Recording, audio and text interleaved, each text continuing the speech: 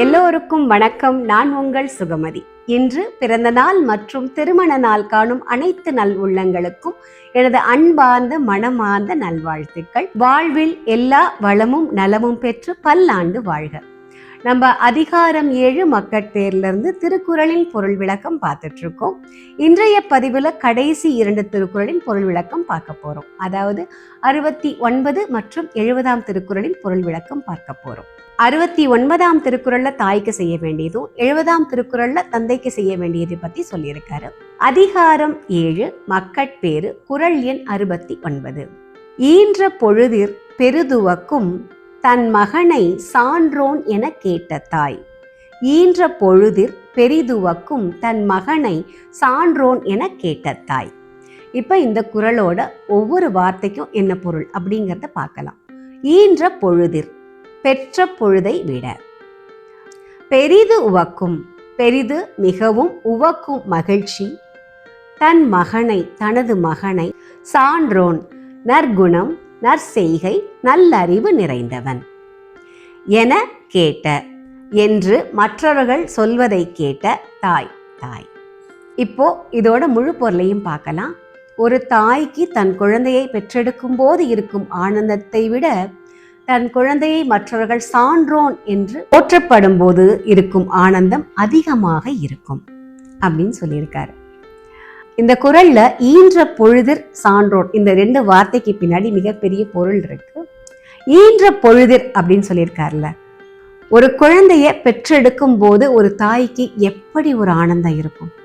அந்த குழந்தை என்பது அவங்களோட தவத்தின் வரமாதான் இருக்கும். இல்லறத்தில் இருக்கும் கணவன் மனைவிக்கு தன் குழந்தை தான் பெரிய செல்வம். அந்த குழந்தை தன் கையில கிடைக்கும் போது அவங்க எவ்வளவு சந்தோஷப்படுவாங்க.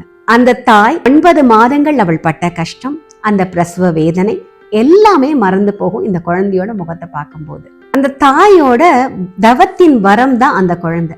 ஒரு வரம் கையில கிடைக்கும் போது எவ்வளவு ஆனந்தமா இருக்கும். அந்த ஆனந்தத்தை விட சான்றோன் அப்படின்னு மற்றவங்க புகழும் போது இன்னும் அதிகமா இருக்கும் அப்படின்னு சொல்றாரு. ஏன் அப்படின்னா அந்த வரம் அப்படிங்கிறது இந்த வரத்தை விட மிகப்பெரிய வரம் இல்லையா? குழந்தை செல்வம் கிடைப்பது என்பது ஒரு வரம் என்றால் அதைவிட மிகப்பெரிய வரம் என்பது மற்றவர்களால் சான்றோன் என போற்றப்படுவதுதான். ஒரு குழந்தை பிறக்கும் போது பெற்றோரோட ஆசை என்னவா இருக்கும்? இந்த குழந்தை வளர்ந்து சமுதாயத்துல நல்ல பேரை எடுக்கணும், நல்ல அறிவு படைச்சவனா இருக்கணும் அப்படிங்கிறதானே இருக்கும். அந்த ஆசை நிறைவேற்றப்படும் போது எவ்வளவு ஒரு சந்தோஷமா இருக்கும். குழந்தை பெற்றெடுக்கும் போது இருக்க ஆனந்தத்தை விட அந்த ஆனந்தம் என்பது மிகப்பெரிய அளவுல தான் இருக்கும். இதைத்தான் இங்க வள்ளுவர் சொல்லியிருக்காரு. இந்த குறளுக்கு நான் எழுதிய பொருள் கவிதை. தாய்க்கு பெற்றெடுத்ததை விட ஆனந்தம் சான்றோன் என கேட்ட நேரம். தாய்க்கு பெற்றெடுத்ததை விட ஆனந்தம் சான்றோன் என கேட்ட நேரம். இந்த குறளோட பொருள் உங்களுக்கு எளிமையா புரிஞ்சிருக்கும்னு நினைக்கிறேன். அடுத்த குறளின் பொருள் விளக்கம் பார்க்கலாம். அதிகாரம் 7 மக்கட்பேறு, குறள் எண் 70. மகன் தந்தைக்கு ஆற்றும் உதவி இவன் தந்தை என்னோற்றான் கொல் எனும் சொல்.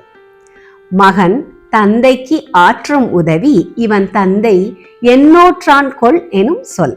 இப்போ இந்த குறளோட ஒவ்வொரு வார்த்தைக்கும் என்ன பொருள் அப்படிங்கிறத பார்க்கலாம். மகன், மகன், தந்தைக்கு ஆற்றும் உதவி செய்யக்கூடிய ஒரு கடமை. இவன் தந்தை, இவனுடைய தந்தை. என்னோற்றான், என்ன நோன்பு நோற்றான். கொல் ஐயம், எனும் என்ற சொல். சொல். இந்த குறளோட முழு பொருளையும் பார்க்கலாம்.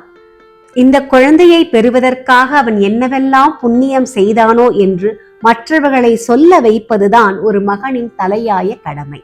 இந்த 2 திருக்குறள்லையும் ஒரு குழந்தையோட கடமையை பத்தி தான் சொல்லியிருக்காரு. அதாவது இந்த சமுதாயத்துல நல்லறிவோடு நற்செய்கை செய்து அற வழியில வாழணும்.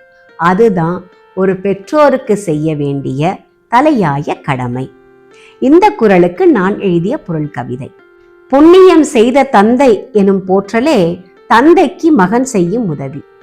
புண்ணியம் செய்த தந்தை எனும் போற்றலே தந்தைக்கு மகன் செய்யும் உதவி. இதோட பொருள் உங்களுக்கு எளிமையா புரிஞ்சிருக்கும்னு நினைக்கிறேன். மேலும் 2 திருக்குறளின் பொருள் விளக்கத்தோடு உங்களை நான் சந்திக்கிறேன்.